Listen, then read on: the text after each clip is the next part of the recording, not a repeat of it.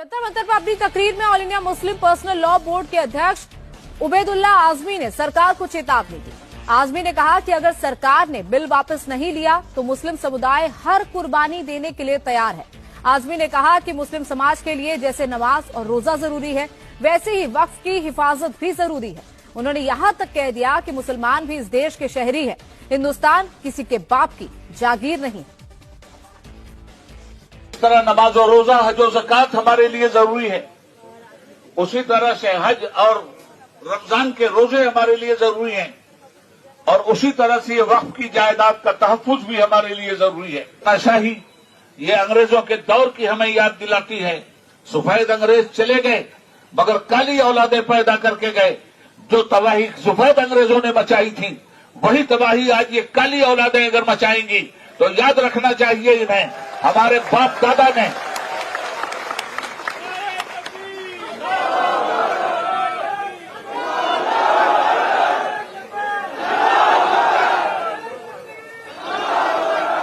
याद रखना चाहिए इस बात को कि हिंदुस्तान में हम ताबेदार बनकर जीने के लिए तैयार नहीं थे। हम हिंदुस्तान के वफादार भी हैं और हकदार भी हैं। हिंदुस्तान किसी के बाप की जागीर नहीं है। ताबेदारी के तौर पर हमने हिंदुस्तान को कबूल नहीं किया है। आज का जो ये एहतजाजी मुजाहिरा और धरना हो रहा है,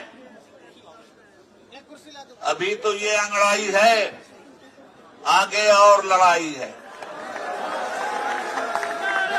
अगर गवर्नमेंट अपनी तानाशाही से बाज नहीं आई तो पूरे मुल्क में औकाफ की इमलाक के तहफ्फुज के लिए All India Muslim Personal Law Board कमर कस के उतरेगा और हिंदुस्तान की धरती पर मुसलमानों के हुकूक, भारत के संविधान की हिफाजत के लिए हर उस कुर्बानी से गुजरेगा जो कुर्बानी हमारा देश हमसे चाहता है। कल भी कुर्बानी दिया था, आज भी देश के संविधान के तहफ्फुज के लिए हम हर कुर्बानी के लिए तैयार हैं।